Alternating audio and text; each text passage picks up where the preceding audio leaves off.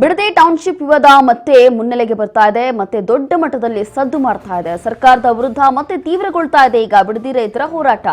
ಕಾರಣ ಏನು ಅಂತಂದ್ರೆ ಇಲ್ಲಿ ರೈತರ ಭೂಮಿಯನ್ನ ಸ್ವಾಧೀನಪಡಿಸಿಕೊಂಡಿದ್ರು ಅನ್ನುವಂತ ಒಂದು ಆರೋಪ. ಹಾಗಾಗಿ ಈ ಒಂದು ಬಿಡದಿ ಟೌನ್ಶಿಪ್ ವಿಚಾರದಲ್ಲಿ ರಾಜ್ಯ ಸರ್ಕಾರದ ವಿರುದ್ಧ ಸಮರಕ್ಕೆ ಈಗ ದಳಪತಿಗಳು ಕೂಡ ಸಜ್ಜಾಗಿದ್ದಾರೆ.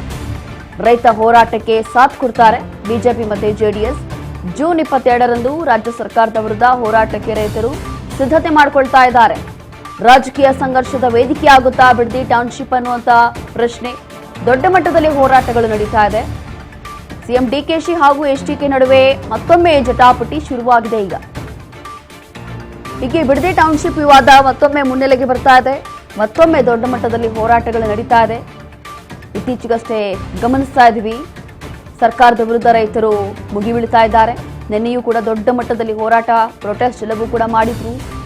ರಾಜ್ಯ ಸರ್ಕಾರದ ವಿರುದ್ಧ ಈಗ ಸಮರ ಸಾರಲಿಕ್ಕೆ ದಳಪತಿಗಳು ಕೂಡ ಸಜ್ಜಾಗ್ತಾ ಇದ್ದಾರೆ. ರೈತ ಹೋರಾಟಕ್ಕೆ ಬಿಜೆಪಿ ಮತ್ತೆ ಜೆಡಿಎಸ್ ಒಗ್ಗಟ್ಟಾಗಿ ಬಹುಶಃ ಈಗ ವಿರೋಧವನ್ನ ವ್ಯಕ್ತಪಡಿಸ್ತಾರೆ. ಜೂನ್ 22ರಂದು ಸರ್ಕಾರದ ವಿರುದ್ಧ ಹೋರಾಟಕ್ಕೆ ಈಗ ರೈತರು ಕೂಡ ಸಿದ್ಧ ಆಗ್ತಿದ್ದಾರೆ. ರಾಜಕೀಯ ಸಂಘರ್ಷದ ವೇದಿಕೆ ಆಗುತ್ತಾ ಬಿಡದಿ ಟೌನ್ಶಿಪ್ ಅನ್ನುವಂತ ಒಂದು ಪ್ರಶ್ನೆ. ಸಿಎಂ ಡಿಕೆಶಿ ಹಾಗೂ ಎಚ್ಡಿಕೆ ನಡುವೆ ಜಟಾಪಟಿ ಶುರುವಾಗಿದೆ. ಅದರಲ್ಲೂ ಕೂಡ ರೈತರು ಕಷ್ಟಪಟ್ಟು ಮಾಡಿರುವಂತಹ ಭೂಮಿ ಅದು ಅಂತ ಹೇಳಿ ಎಚ್ಡಿಕೆ ಅವರು ಹೇಳ್ತಿದ್ದಾರೆ. ಹಾಗಾಗಿ ನಿಮ್ ತರ ಏನೋ ಕೊಳ್ಳೆ ಹೊಡೆದು ಬಂದಿರುವಂತಹ ಭೂಮಿ ಅಲ್ಲ, ರೈತರು ಕಷ್ಟಪಟ್ಟು ತಂದಿರುವಂತಹ ಕಷ್ಟಪಟ್ಟು ದುಡಿದಿರುವಂತಹ ಒಂದು ಭೂಮಿ. ಅದೆಲ್ಲವೂ ಕೂಡ ಬಿಡದಿ ಟೌನ್ಶಿಪ್ ವಿವಾದದಲ್ಲಿ ಅಥವಾ ಬಿಡದಿಯನ್ನ ಏನೋ ಟೌನ್ಶಿಪ್ ಮಾಡ್ತೀವಿ ಅಥವಾ ಅಭಿವೃದ್ಧಿ ಮಾಡ್ತೀವಿ, ದೊಡ್ಡ ಮಟ್ಟದಲ್ಲಿ ಉದ್ಧಾರ ಮಾಡ್ತೀವಿ ಅಂತ ಹೇಳಿ ರೈತರ ಜಮೀನನ್ನ ನೀವೆಲ್ಲ ಕಬಳಿಸ್ಕೊಂಡು ಅದನ್ನ ಸ್ವಾಧೀನಪಡಿಸ್ಕೊಂಡು ಅರ್ಧಂಬರ್ಧ ದುಡ್ಡು ಕೊಟ್ಟು ಅದರಲ್ಲೂ ಕೂಡ ಗೋಲ್ಮಾಲ್ ಮಾಡೋದು ಎಷ್ಟರ ಮಟ್ಟಿಗೆ ಸರಿ ಅಂತ ಹೇಳಿ ಜೆಡಿಎಸ್ ಮಾಡ್ತಾ ಇರುವಂತ ಆರೋಪ. ಆದ್ರೆ ಯಾವುದಕ್ಕೂ ಕೂಡ ಸಿಎಂ ಡಿಕೆ ಶಿವಕುಮಾರ್ ಅದಕ್ಕೆ ತಲೆ ಕೆಡಿಸ್ಕೋತಾ ಇಲ್ಲ. ಬಿಡದಿ ಟೌನ್ಶಿಪ್ ಮಾಡೇ ಮಾಡ್ತೀವಿ ಅಂತ ಹೇಳಿ ಮುಂದಾಗಿದ್ದಾರೆ. ಸರ್ಕಾರದ ವಿರುದ್ಧ ಬೃಹತ್ ಹೋರಾಟಕ್ಕೆ ಜೆಡಿಎಸ್ ಈಗ ನಿರ್ಧಾರ ಮಾಡಿಕೊಂಡಿದೆ. ಜೂನ್ 21ರಂದು ನಿಖಿಲ್ ಕುಮಾರಸ್ವಾಮಿ ನೇತೃತ್ವದಲ್ಲಿ ಪಾದಯಾತ್ರೆ ಇದೆ. ಬಿಡದಿ ಟೌನ್ಶಿಪ್ ಯೋಜನೆ ವ್ಯಾಪ್ತಿಯ 26 ಹಳ್ಳಿಗಳಲ್ಲಿ ಪಾದಯಾತ್ರೆ ಮಾಡಲಾಗುತ್ತೆ. ಪಾದಯಾತ್ರೆಯ ಸಂದರ್ಭದಲ್ಲಿ ರೈತರ ಜೊತೆ ಸಂವಾದ ನಡೆಸ್ತಾರೆ ನಿಖಿಲ್. ಬಿಡದಿ ರೈತರ ಜೊತೆ ನಾವಿದ್ದೀವಿ ಅಂತ ಈಗಾಗಲೇ ದಳಪತಿಗಳು ಕೂಡ ಹೇಳ್ತಾ ಇದ್ದಾರೆ. ಪಾದಯಾತ್ರೆ ಜೊತೆಗೆ ಕಾನೂನು ಹೋರಾಟಕ್ಕೆ ಜೆಡಿಎಸ್ ಕೂಡ ಈಗ ಸಜ್ಜಾಗಿದೆ.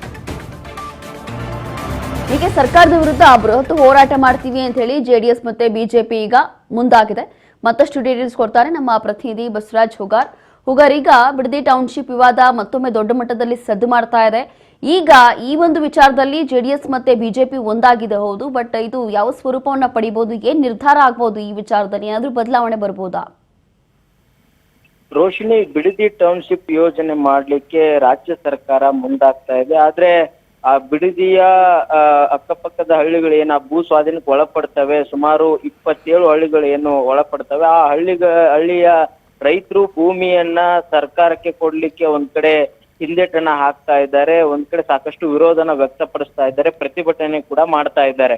ಅದಕ್ಕೆ ಬೆಂಬಲವನ್ನು ಕೂಡ ಈಗ ಜೆಡಿಎಸ್ ಪಕ್ಷದ ನಾಯಕರು ಕೂಡ ಕೊಟ್ಟಿರ್ತಕ್ಕಂಥದ್ದು, ಅದರಂತೆ ಬಿಜೆಪಿ ನಾಯಕರು ಕೂಡ ನೀಡಿದ್ದಾರೆ.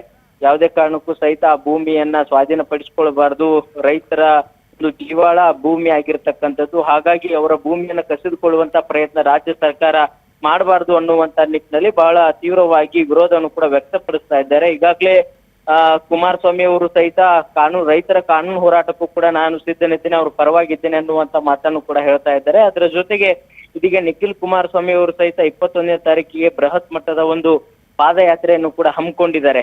ಇಡೀ ಏನು 27 ಹಳ್ಳಿಗಳು ಏನ್ ಬರ್ತವೆ ಆ ಒಂದು ಹಳ್ಳಿಗಳಲ್ಲಿ ಕೂಡ ಪಾದಯಾತ್ರೆ ಮಾಡುವ ಮುಖಾಂತರ ರೈತರ ಪರವಾಗಿ ನಾವಿದ್ದೇವೆ, ಯಾವುದೇ ಕಾರಣಕ್ಕೂ ಕೂಡ ಈ ಭೂಮಿಯನ್ನ ಸ್ವಾಧೀನಪಡಿಸಿಕೊಳ್ಳಿಕ್ ಬಿಡೋದಿಲ್ಲ ಅನ್ನುವಂತ ನಿಟ್ಟಿನಲ್ಲಿ ಕೂಡ ತೀವ್ರ ವಿರೋಧವನ್ನು ಕೂಡ ವ್ಯಕ್ತಪಡಿಸಲಿಕ್ಕೆ ಬೃಹತ್ ಮಟ್ಟದ ಒಂದು ಪಾದಯಾತ್ರೆ ಕೂಡ ಹಮ್ಮಿಕೊಂಡಿದ್ದಾರೆ. ಈ ಮುಖಾಂತರ ಸಾವಿರಾರು ರೈತರನ್ನ ಸೇರಿಸಿ ಒಂದು ಸರ್ಕಾರಕ್ಕೆ ಎಚ್ಚರಿಕೆ ಕೊಡುವಂತ ಪ್ರಯತ್ನವನ್ನ ಜೆಡಿಎಸ್ ನಾಯಕರು ಕೂಡ ಮಾಡ್ತಾ ಇದ್ದಾರೆ. ಹಾಗಾಗಿ ಒಂದ್ ಕಡೆ ಪರ ವಿರೋಧದ ನಡುವೆಯೂ ಕೂಡ ರಾಜ್ಯ ಸರ್ಕಾರ ಒಂದು ಬಿಡದಿ ಟೌನ್ಶಿಪ್ ಅನ್ನ ಕೈ ಬಿಡ್ಲಿಕ್ಕೆ ಹಿಂದೇಟ್ ಹಾಕುತ್ತಾ ಅಥವಾ ಆ ಒಂದು ರೈತರನ್ನ ಮನವೊಲಿಸುವಂತ ಪ್ರಯತ್ನವನ್ನ ಮಾಡ್ಲಿಕ್ಕೆ ಏನಾದ್ರೂ ಮುಂದಾಗ್ತಾರ ಅನ್ನುವಂಥದ್ದು ಬಹಳ ತೀವ್ರ ಕುತೂಹಲಕ್ಕೆ ಎಡೆ ಮಾಡಿಕೊಡ್ತಾ ಇದೆ.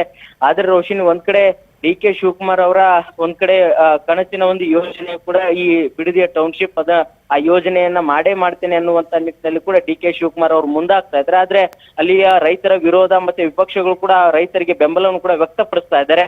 ಹಾಗಾಗಿ ಇದೀಗ ಒಂದು ಬಿಡದಿ ಟೌನ್ಶಿಪ್ ಅನ್ನ ಕೈ ಬಿಡುವಂತ ಪ್ರಯತ್ನವನ್ನು ರಾಜ್ಯ ಸರ್ಕಾರ ಮಾಡುತ್ತಾ ಅಥವಾ ರೈತರನ್ನ ಮನವೊಲಿಸುವಂತ ಪ್ರಯತ್ನ ಮಾಡುತ್ತಾ ಅನ್ನುವಂಥದ್ದು ಕಾದ್ ನೋಡ್ಬೇಕಾಗಿದೆ ರೋಶಿನಿ. ಹೋಗಾರ್ ಇಲ್ಲಿ ಪ್ರಮುಖವಾಗಿ ಈಗ ಇಫ್ ಇನ್ ಕೇಸ್ ಏನಾದರೂ ಆ ಒಂದು ಯೋಜನೆ ಕೈ ಬಿಡೋದಿಲ್ಲ, ಖಂಡಿತವಾಗಿಯೂ ಕೂಡ ಬಿಡದಿಯನ್ನ ನೀವು ಟೌನ್ಶಿಪ್ ಮಾಡಬೇಕು, ಅಭಿವೃದ್ಧಿ ಮಾಡಲೇಬೇಕು ಅಂತೇಳಿ ಮುಂದಾಗಿದ್ದಾರೆ. ಹೌದು, ಇಫ್ ಇನ್ ಕೇಸ್ ಈಗ ರೈತರು ಅದಕ್ಕೆ ಒಪ್ಕೊಂಡಿಲ್ಲ ಅಂತಂದ್ರೆ ರೈತರಿಗೋಸ್ಕರ ರಾಜ್ಯ ಸರ್ಕಾರದಿಂದ ಏನ್ ಮಾಡ್ಬೋದು ಅಂತಂದ್ರೆ ಹೇಗೆ ಮನವೊಲಿಸ್ಬೋದು, ಏನಾದರೂ ಆಫರ್ ಕೊಡ್ಬೋದಾ ಅಥವಾ ಏನಾದರೂ ಪರಿಹಾರ ಕೊಟ್ಟು ಏನಾದರೂ ಅವ್ರ ಮೈಂಡ್ ಸೆಟ್ ಚೇಂಜ್ ಮಾಡ್ಬೋದಾ ಅಂತ? ರೋಶಿನಿ, ಈಗಾಗಲೇ ಆ ಭಾಗದ ರೈತರ ಜೊತೆ ನಿರಂತರವಾಗಿರ್ತಕ್ಕಂಥ ಸಂಪರ್ಕದಲ್ಲಿ ರಾಜ್ಯ ಸರ್ಕಾರ ಇದೆ. ಆ ಭಾಗದ ಶಾಸಕರಾಗಿರಬಹುದು, ಮತ್ತೆ ಖುದ್ದಾಗಿ ಸಿಎಂ ಡಿ.ಕೆ. ಶಿವಕುಮಾರ್ ಅವರಾಗಿರ್ಬೋದು, ಅಲ್ಲಿರ್ತಕ್ಕಂಥ ಏನು ಶಾಸಕ ಮಾಗಡಿ ಬಾಲಕೃಷ್ಣ ಅವರಾಗಿರ್ಬೋದು, ಅವರೆಲ್ಲರೂ ಕೂಡ ಸಹಿತ ಬಹಳ ಆ ರೈತರ ಜೊತೆ ನಿರಂತರವಾಗಿರ್ತಕ್ಕಂಥ ಸಂಪರ್ಕದಲ್ಲಿದ್ದಾರೆ. ರೈತರನ್ನ ಮನವೊಲಿಸುವಂತ ಪ್ರಯತ್ನ ಮಾಡ್ತಾ ಇದ್ದಾರೆ. ಈಗಾಗಲೇ ಅವರು ಕೇಳಿದಷ್ಟು ಕೂಡ ಪರಿಹಾರವನ್ನು ಕೂಡ ಕೊಡ್ಲಿಕ್ಕೆ ಮುಂದಾಗ್ತಾ ಇದ್ರಿ. ಹಿಂದೆ ಭೂ ಸ್ವಾಧೀನ ಪಡಿಸಿಕೊಳ್ಳುವಂತ ಸರ್ಕಾರದ ನಿಗದಿ ಏನಿದೆ ಅದಕ್ಕಿಂತ ಹೆಚ್ಚಾಗಿ ಕೂಡ ನಾವು ಪರಿಹಾರವನ್ನ ಕೊಡ್ಲಿಕ್ಕೂ ಕೂಡ ಮುಂದಾಗ್ತೇವೆ ಅನ್ನುವಂತ ಮಾತನ್ನು ಕೂಡ ರಾಜ್ಯ ಸರ್ಕಾರ ಹೇಳ್ತಾ ಇದೆ. ಆದ್ರೂ ಸಹಿತ ಅದಕ್ಕೆ ರೈತರು ಕೂಡ ವಿರೋಧನ ವ್ಯಕ್ತಪಡಿಸ್ತಾ ಇದ್ರೆ, ಕೆಲವು ರೈತರು ಈಗಾಗಲೇ ಭೂಮಿಯನ್ನ ಕೊಡ್ಲಿಕ್ಕೂ ಕೂಡ ಮುಂದಾಗ್ತಾ ಇದ್ರೆ ಆ ಒಂದು ಸ್ವಾಧೀನ ಪಡಿಸಿಕೊಳ್ಳುವಂತಹ ಕಾರ್ಯ ಕೂಡ ನಡೀತಾ ಇದೆ. ಆದ್ರೆ ಸುಮಾರು 80% ರೈತರು ಸಹಿತ ಅದಕ್ಕೆ ಕೊಡ್ಲಿಕ್ಕೆ ಹಿಂದೇಟ್ ಆಗ್ತಾ ಇದ್ದಾರೆ ಅನ್ನುವಂತ ಮಾಹಿತಿ ಲಭ್ಯವಾಗ್ತಾ ಇದೆ. ಆದ್ರೆ ರಾಜ್ಯ ಸರ್ಕಾರ ಮಾತ್ರ ಇಲ್ಲ, ಬಹುತೇಕ ರೈತರು ಅದಕ್ಕೆ ಬೆಂಬಲವನ್ನು ವ್ಯಕ್ತಪಡಿಸ್ತಾ ಇದ್ರೆ ಅವರ ಭೂಮಿಯನ್ನ ಕೊಡ್ಲಿಕ್ಕೆ ಕೂಡ ಮುಂದೆ ಬರ್ತಾ ಇದ್ದಾರೆ. ಆದ್ರೆ ಕೆಲವು ರೈತರು ಮಾತ್ರ ಅದಕ್ಕೆ ವಿರೋಧ ವ್ಯಕ್ತಪಡಿಸ್ತಾ ಇದ್ದಾರೆ. ಅವ್ರನ್ನು ಕೂಡ ನಾವು ಒಂದು ವಿಶ್ವಾಸ ತೆಗೆದುಕೊಳ್ಳುವಂತ ಪ್ರಯತ್ನ ಮಾಡ್ತೇವೆ, ಹೆಚ್ಚಾಗಿ ಕೂಡ ಅವ್ರಿಗೆ ಒಂದು ಪರಿಹಾರ ಕೊಡ್ತೇವೆ. ಒಂದ್ ವೇಳೆ ಏನಾದ್ರೂ ಅವ್ರು ಅದಕ್ಕೂ ಕೂಡ ವಿರೋಧ ಪಡಿಸಿದ್ರೆ ಅದು ನ್ಯಾಯಾಲಯದ ಮುಖಾಂತರ ಕೂಡ ನಾವು ನ್ಯಾಯಾಲಯದ ಮೊರೆ ಹೋಗ್ಲಿ, ಅವರು ನ್ಯಾಯದ ಮುಖಾಂತರ ನಾವು ಸ್ವಾಧೀನಪಡಿಸಿಕೊಳ್ಳುವಂತ ಪ್ರಯತ್ನ ಮಾಡ್ತೇವೆ ಅನ್ನುವಂತಹ ನಿರ್ಧಾರಕ್ಕೆ ರಾಜ್ಯ ಸರ್ಕಾರ ಬಂದಂತೆ ಕಾಣ್ತಾ ಇದೆ. ಯಾರು ತಮ್ಮ ಭೂಮಿಯನ್ನ ಪರಿಹಾರವನ್ನು ಕೊಟ್ಟು ತೆಗೆದುಕೊಳ್ತಾರೋ ಅವ್ರಿಗೆ ನಾವು ಹಣವನ್ನ ಕೊಡ್ತೇವೆ, ಪರಿಹಾರವನ್ನ ಕೊಡ್ತೇವೆ. ಒಂದ್ ವೇಳೆ ಅವರು ಕೊಡ್ಲಿಕ್ಕೆ ಅವ್ರು ಒಪ್ಪದೇ ಇದ್ರೆ ಕಾನೂನು ಮುಖಾಂತರ ಬೇಕಾದ್ರೆ ಹೋರಾಟ ಮಾಡ್ಲಿ ಅನ್ನುವಂತಹ ಲೆಕ್ಕಾಚಾರಕ್ಕೂ ಕೂಡ ರಾಜ್ಯ ಸರ್ಕಾರ ಬಂದಂತೆ ಕಾಣ್ತಾ ಇದೆ ರೋಶಿನಿ. ಎಸ್, ಥ್ಯಾಂಕ್ ಯು ಕಾರ್, ನಿಮ್ಮೆಲ್ಲ ಡೀಟೇಲ್ಸ್ಗಾಗಿ.